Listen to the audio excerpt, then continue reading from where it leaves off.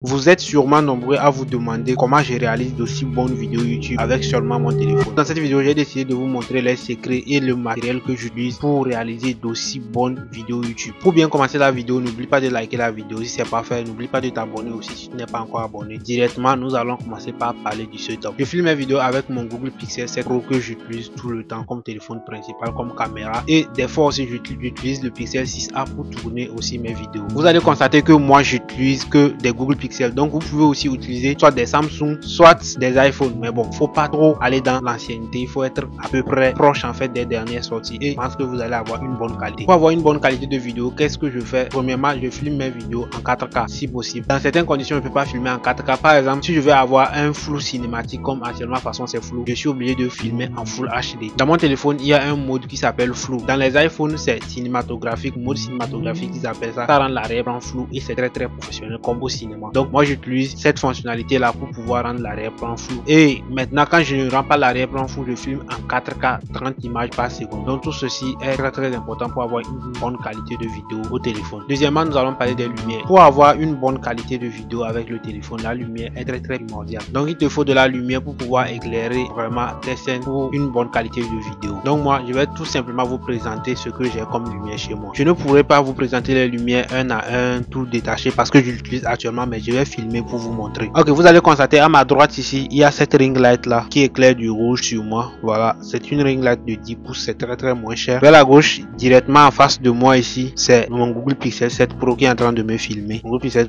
7 Pro est en train de me filmer. Voilà le récepteur de mon micro sans fil ici qui est branché directement sur le téléphone. Et directement à côté du téléphone, à gauche du téléphone, à côté du téléphone, j'ai cette petite lumière là qui éclaire du blanc directement dans ma face. C'est ça qui permet que vous voyez dans ma face, sinon ça allait être tellement noir. Maintenant en haut ici maintenant, j'ai cette grande ring light de 18 pouces que j'utilise comme quoi j'utilise pour éclairer complètement toute la scène. Je vais vous montrer ce qui change tout le décor et tout. C'est cette lumière dans mon dos. C'est cette lumière là, cette lumière bleue là que j'utilise. C'est cette lumière qui change tout. Ça a changé tout le décor de la chambre. C'est aussi très moins cher. Si vous voulez vraiment les références, veuillez me demander en commentaire. En matière de lumière, voilà ce que je possède et ce que j'utilise pour mes vidéos. Bon, maintenant on peut parler aussi d'autres choses. Il ne suffit pas d'avoir de la lumière, mais il faut savoir les utiliser, comment les placer. Ces lumières là, je les avais depuis, mais j'arrivais pas à réaliser de bonnes vidéos avec. Avec le temps, j'ai appris à les placer, à les utiliser, à les régler. Par exemple, la ring light de 18 pouces que j'ai montré, c'est sur ma tête. C'est plus clair que cela. Si je veux, ça seul suffit pour éclairer toute la pièce en fait. Mais non, ce n'est pas ce que je veux en fait. Je dois réussir à bien régler ça de la manière dont je veux, en fonction du résultat que je veux. Donc, il va falloir aussi apprendre à utiliser vos lumières. Sinon,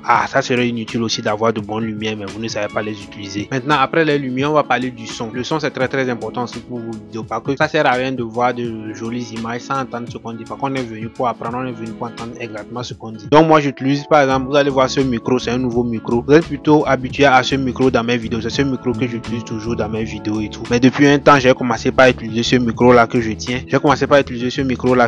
En fait, c'est quoi? C'est mon micro cravate. J'ai un micro cravate en fait que je n'utilisais pas depuis. Parce que quand les micro cravates, quand tu le mets sur ton habit, ça perd en qualité de son en fait. Donc avec le temps, j'ai dû commander ce boîtier là pour pouvoir placer le micro cravate dedans et tenir ça comme un journaliste pour pouvoir bien parler, que le son sorte. Donc voilà, moi j'ai ce grand micro là que je viens de vous présenter et j'ai aussi des micro cravates que j'utilise aussi. Donc si c'est les micro cravates, vous connaissez tous, il y en a plein. Il y a les petits que j'ai et il y a ce type là aussi. Voilà le micro que j'utilise.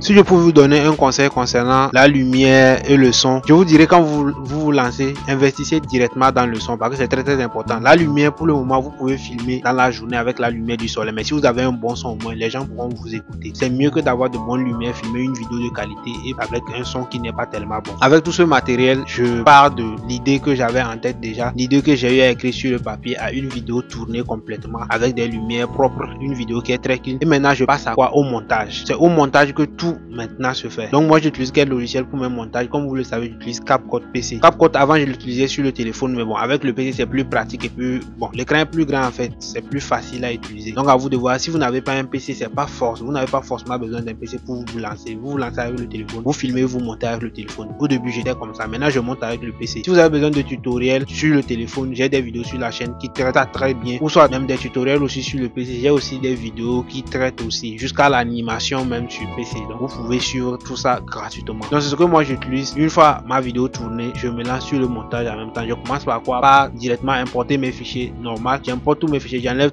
je copie tous les fichiers du téléphone vers le PC. Après avoir copié, je mets ça dans le logiciel. Maintenant dans le logiciel, je mets ça sur la timeline et je commence par dérocher. Je commence par enlever les parties où j'ai eu à oublier ce que je disais, ou soit il y a du bruit, soit il y a des respirations, ou soit des pauses. Je commence par enlever tout cela pour laisser une vidéo clean et nette. Après avoir enlevé cela, je commence par faire quoi? Je traite directement mon image. Donc, je fais du color grading, j'essaie d'arranger la colorimétrie de la vidéo. Après avoir fini cela, je commence par faire quoi? Les sous-titres. Maintenant, je vais voir les animations qu'il y a à faire, les petits logos et autres qu'il faut ajouter. Je fais cela. Après avoir fait ça, qu'est-ce que je fais directement? Je revisionne la vidéo, voir s'il y a des trucs à corriger. S'il n'y a rien à corriger, je passe maintenant au sound design. Je mets la musique de fond, je mets les effets sonores. Et quand je finis cela, je revisionne une fois encore parce que c'est très important. Il faut revisionner, voir s'il n'a pas fait d'erreur. Après cela, maintenant j'exporte. Et quand j'exporte directement quand moi j'exporte, je mets la vidéo sur YouTube. Soit je programme ça, soit je publie directement si l'heure est propice en fait. C'est ce que moi je fais. Maintenant nous allons passer au conseil. Pour réaliser de bonnes vidéos, non seulement il faut avoir tout ce que j'ai cité là, un téléphone,